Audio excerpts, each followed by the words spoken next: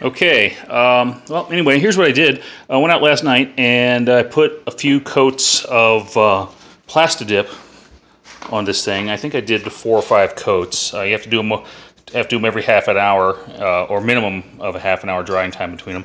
I think it came out looking pretty good. Let me get some close-ups.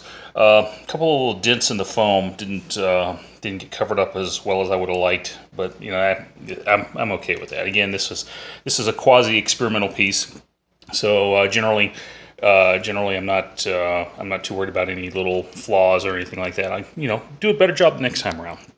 So anyway, I think it's looking pretty good after putting the black on it. It's got kind of a weird rubbery, textury feel to it. But the thing is, at this point, what I need to do is put some paint over this.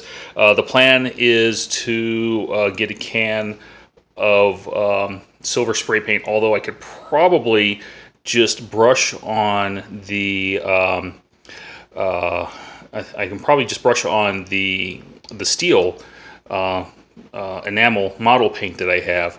And in fact, I think what I'm going to do is get a piece of foam and put a couple coats of the Plastidip on it and do a test piece like that and see how it looks. I don't think I'm going to be able to brush on the white paint, at least. White paint tends not to brush on too well, but I'll do some good masking off, and then that'll give me a way I can spray paint on the white. So anyway, that's how it's looking right now, and like I said, overall, pretty happy with the results. So one thing to watch out for when you spray this stuff on, it doesn't like getting down the cracks too easy. So you kind of gotta pick up and twist this thing around. So with that, I recommend you to avoid having to spray paint your hand. I recommend you get a hanger like this, a wire hanger, and then bend it up, and you can either loop it through the hand grip or through this little slot right up here. So, all right, that's it for now. And later on, I'll edit all this together so you can see how it looks. Bye. Okay, I'm getting ready to go out and paint this thing. So what I've done is I've masked off the areas that I want to leave in this original black color here. And what I'm about to do is actually go outside, and I'm going to put a coat of the black Plastidip, one last coat of the black Plastidip on here, and then I'm going to let it dry thoroughly, overnight at least. And what this will do, it will seal the edges of the tape, basically, is what it's going to do.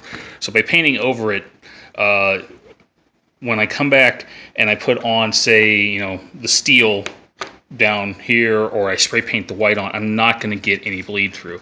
Now, you don't have to make this thing airtight, but what you do need to do is be careful, take your time, and look at the details. Like this little corner right here, I've been fiddling with this right now, and then just to get the piece of tape to lay down. So anyway, like I said, what that's going to do, that's actually going to seal all these seams right here. So when you go back and you spray paint on, or even brush paint on another color, like this, for example, you won't bleed under the tape. So just a little tip, and I'll show you how it looks later on. Bye. Okay.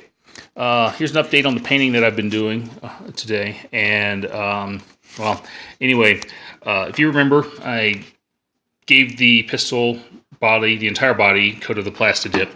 And then I went and grabbed the Rust-Oleum. This is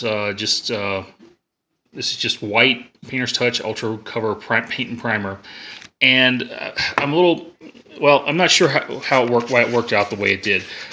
This is a piece of scrap foam that I sprayed the Plastidip on the smooth side. Then I turned around, and on top of that, I spray painted this stuff, and it came out pretty smoothly. It looks pretty good. I mean, yeah, it needs a couple of other coats. Whereas this, the body of the pistol, when I spray painted this over the Plastidip, it came out, well, pretty rough. And there's a kind of a sandy, coarse texture to it.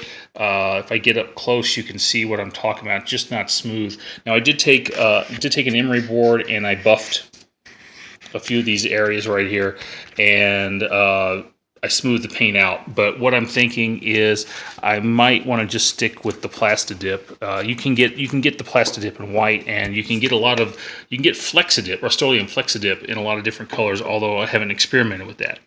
So you know, like I said, I'm gonna have to figure out what I want to do here. I'm probably gonna end up having to take some fine grit sandpaper, buff down the white, and maybe go buy a can of the white Plastidip.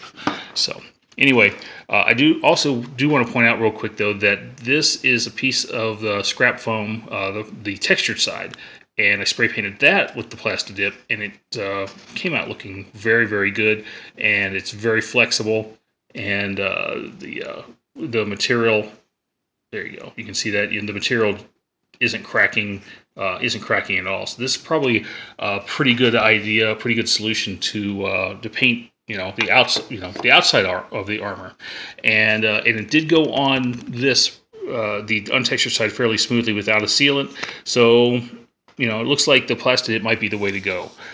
So anyway, with that, I'm gonna do a little bit of work on this, try to salvage it, and then see where I can go from there. So, talk to you later. Bye. Okay, I think I figured out what the issue with the paint was. Just basically follow the instructions on the can. I think what happened was I wasn't shaking this up enough while I was using it the first time, so I was getting a lot of splotches coming out, and I really wasn't misting. So anyway, I went out yesterday and this morning, and the texture is a lot better. And well, there you go.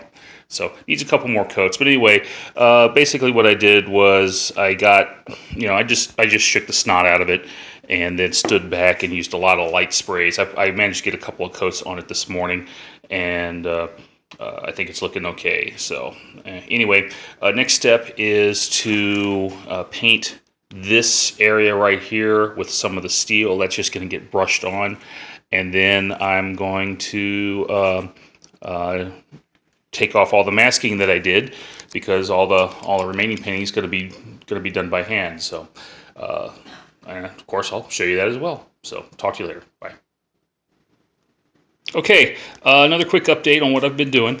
I know it's been a while, but anyway, what I did was I went to PowerPoint, and as you can see, I whipped up some graphics here, and I did use the little the Spectre label, and the link to this label is in the video description down below. I also have a Mass Effect font, and the link to that is also in the video description down below. So anyway, what I did was after taking a look at it, I went ahead and whipped up the graphics. Very, very easy to do. It didn't take long, but then I'm used to dealing with PowerPoint. And well, you can see the results right there. Spectre label on here. All I did up here was I printed this out. After I printed this out, I cut it to shape, and then just kind of hand just set that down, use the pencil to make a mark where I need to cut that groove, and that's how I did that. And same thing right here, I just put a rectangle like that into place, figured out where I needed to make the cut, made the cut, smaller grooves here. Now, from the angle I'm at right now, you can see that these decals are pretty reflective, but the plan right now is to get either some clear Plastidip or some kind of spray matte finish, and put that over the pistol and over the decals. But before I do that, the next step is going to be doing a little bit of weathering, and I've got some metallic paint here. This is acrylic paint. This stuff thins out with water, so I'm going to give it a brush pretty much all over where there's supposed to be metal showing with this, and that's going to kind of break up the white. The white I'm just not digging. It's a little too sterile, I guess. I mean, there's certainly nothing stopping you with keeping it like this, but I wanted a gun that's going to have a little bit more, show a little bit more use. The other thing I did was I knocked out this thing. This is just an orange safety cap for it. This fits over the PVC. This fits over the PVC, the upper PVC piece. that I use as a barrel, just like that. That way, again, you know, if I'm carrying this thing around, there's not going to be any question that this is a fake gun. So just a safety thing. Certainly not. You certainly don't have to do it, but you know what? Better safe than sorry. So anyway, that's it for now, and I'll get back with you after I've done the painting. So talk to you later. Bye.